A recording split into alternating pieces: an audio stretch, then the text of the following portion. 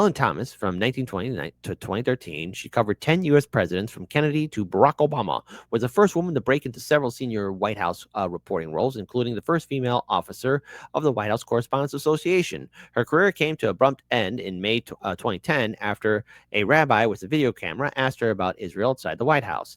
Thomas said Israelis should get out of Palestine and go home, and places like Poland, Germania, the USA. The clip spread instantly, and the backlash was swift as well. The White House Correspondents Association condemned her. Her speaking agency dropped her. Hearst forced her into retirement within days. Major outlets that once relied on her reporting blackballed her. She spent half a century grilling presidents, but her criticism of Israel ended her career. So let's go ahead and pull this up here. Maybe we can play it. Here she is being grilled and interrogated by Joy. Every day. And you pay the price. You pay the price. Okay. And you.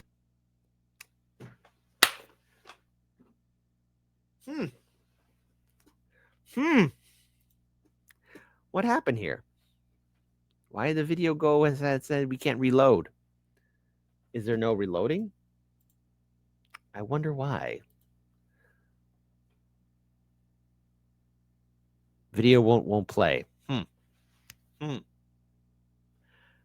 I don't know if anyone else is having any problems with X, but maybe there's an issue on X.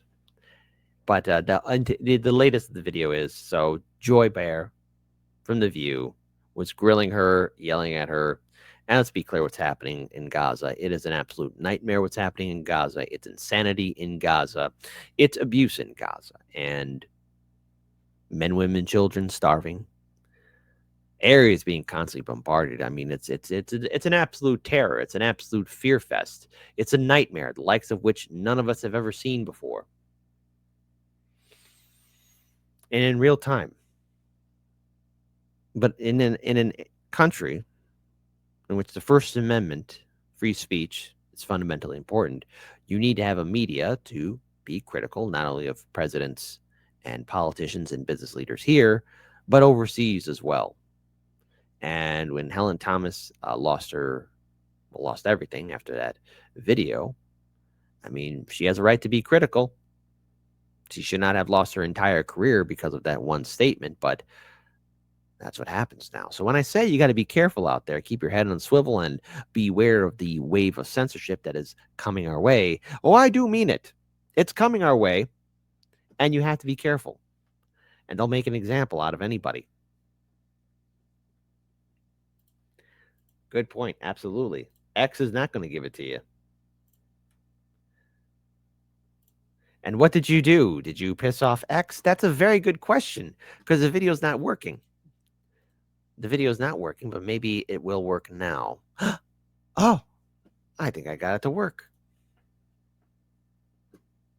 Like those Israel remarks that you made, and I want people to see what it is we're talking about. So let's watch. Any comments on Israel? We're asking everybody today. Any comments Tell them on to Israel? get the hell out of Palestine. Ooh. Any better comments?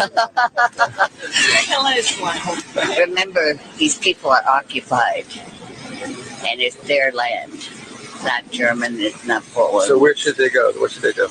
They go home. Where's the home? Poland. So the Jews, Germany. You think Jews go back to Poland and Germany?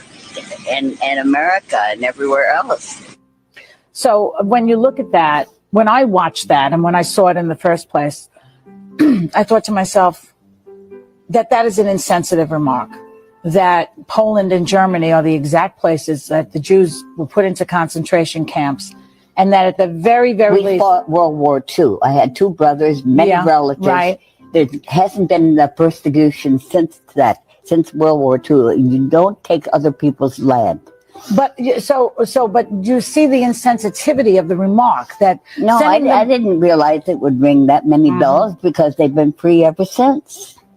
I know, but Germany and Poland, you didn't pick, Alaska. You picked Germany and Poland. I should have said Russia too. Well, Russia had its share of anti-Semitic pogroms also, but... They also had 25 million who died in World War II. That's true. But I'm trying to... More than that. Yeah, so, I mean, Germany, Poland, Dachau, Auschwitz, we're talking about... And the United States. Mm-hmm. And the United States what? I said he said, where should they go? Mm-hmm. I mean, they didn't have to go anywhere, really, because they weren't being persecuted anymore, but they were taking other people's land. You're talking about the Israelis. Of course. Uh-huh. Do you consider yourself anti-Semitic? Hell no. You do not. I'm a Semite. You're a Semite yourself. Of Arab background. Well, I know you're Lebanese background, right? But you're not Jewish. Well, what does that mean? Well, no, you say I'm just trying to clarify. They're not Semites. I mean, most of them are from Europe. Mm-hmm. The Jews? Yes. Well, okay, but I'm trying to see, if you had a chance to redo the comment, what would you say now? Why do they have to go anywhere? They're not being persecuted anywhere. The Israelis? Mm-hmm. Okay. Why do they have to go anywhere? The Jews. Well, the question was, any comments on Israel? That's what the question was. And you said, tell them to get the hell out of Palestine. Right.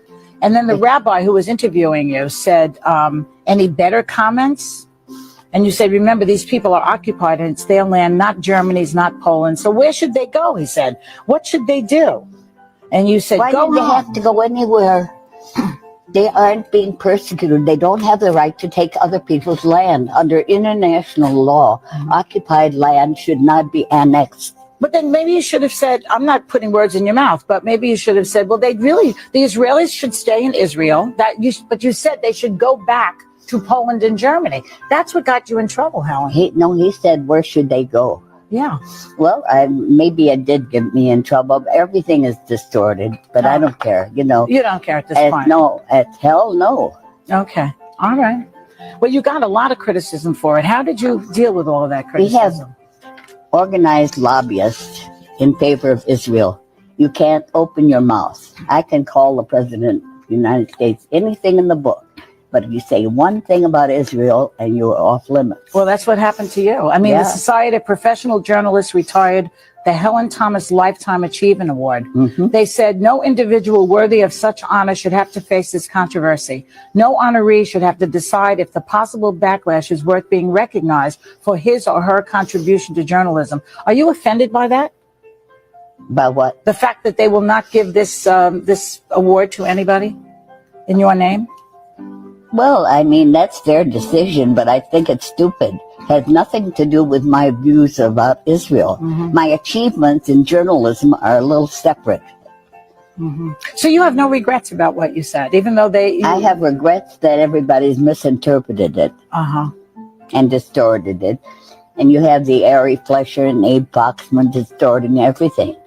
So I certainly knew that, and I should have kept my mouth shut, probably. So you still don't feel that it was insensitive in any way? No. I'm sensitive about the Palestinians being pushed around, knocked on the door at 3:00 in the morning. Get out of this house in 24 hours. 3 generations in refugee camps. Mm-hmm. Okay. Pushed from their homes. I see. But you see the other side of it. The other side of it is that the Jews are sensitive because of the history that they have. Well, everybody's sensitive when they're being pushed out of their homes. Well, but the 20th century was particularly cruel to the Jewish population. Yes, it was. In Europe, in Germany, my family went through World War II. We were very sensitive. All of us were there. Every American was there. But did your family go to a concentration camp? No. Well, that's the difference. That's the point. The difference is that count how many thousands of Palestinians are in jail now, thrown from their homes. 1 million refugees. Mm-hmm. Is that sensitive? Everybody's got sensitivity points here. Yeah. I didn't want to pause. Wanted to play its full entirety. Look, we don't have a lot of journalists or people like that out there now. All right. And I think with all the imagery that we've seen since October of 2023 and now up until 2025, oh my goodness. It's almost 2 full years of endless fighting, bloodshed, terror, starvation, execution, harassment, abuse, and every other terror in between that I cannot say because the algorithm and rhyme. But it's enough for us to say, like, look, this has got to stop. Everything that we've witnessed since October of 2023, all it has done is laid the foundation to the next war, the next terror. What have we seen throughout this year? What? Intensification of conflict between Lebanon, Syria, Iran, which was Israel. We're seeing more displacement in the West Bank. I mean, my goodness, at this point, how many times is Gaza going to get bombed? What's left there? Who is left there? Are there any families left there? We're entering into the holiday season, and yet there's war and terror in the Holy Land.